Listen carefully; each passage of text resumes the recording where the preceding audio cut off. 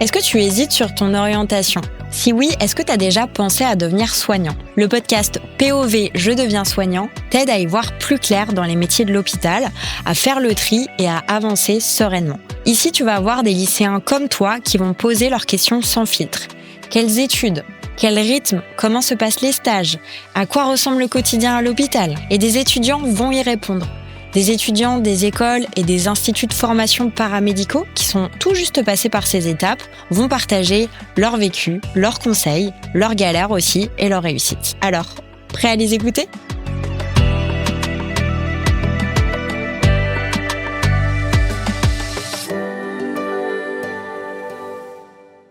Bonjour, je m'appelle Ayuba.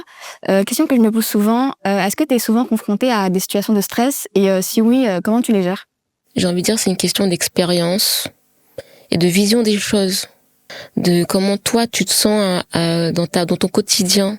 C'est-à-dire que tu vas prendre un patient en charge, tu sais par exemple que ce patient-là est en fin de vie.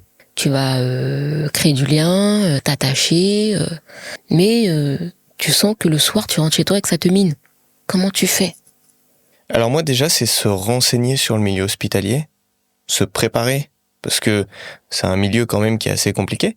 M'en parler avec, ne serait-ce que ma famille, ma conjointe ou... Et aussi les réseaux sociaux. Alors on n'en parle pas assez, mais c'est vrai que en vérité, nous en tant qu'élèves, on a accès aux réseaux sociaux. Moi, je suis sur TikTok des personnes, des soignants, qui donc discutent de certaines choses, comment réagir à certaines situations. Exemple, le patient que tu as accompagné pendant, je dirais, 1 mois s'en va, on a créé cette proximité. Maintenant, on va dire, entre guillemets, il faut faire le deuil de ce patient. Et moi, je me suis vue revenir dans la chambre du patient, là où il était, et ben, il est plus là, quoi. Il est parti en soins palliatifs. Donc ça fait bizarre. Mais moi, cette manière d'évacuer cette émotion, ça va être le sport, la musique, discuter avec d'autres personnes, des bons souvenirs que j'ai eus avec ce patient. Voilà. Et puis ça va m'apaiser, quoi.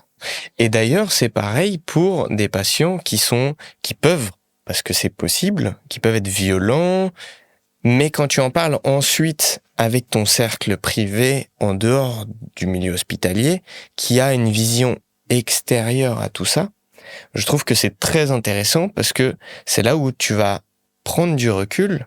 Oui. Alors, faut savoir prendre du recul. Attention, faut être une personne qui se remet en question. Oui. Et encore une fois, je rejoins ce que j'avais dit au début, faut être une personne humaine. Faut être humain pour être dans ce milieu-là. Donc, il faut se mettre à la place de ces personnes-là. Comprendre leurs émotions. Et c'est là toute la nature de notre métier. C'est vrai. Le cœur du métier d'être soignant. Exactement.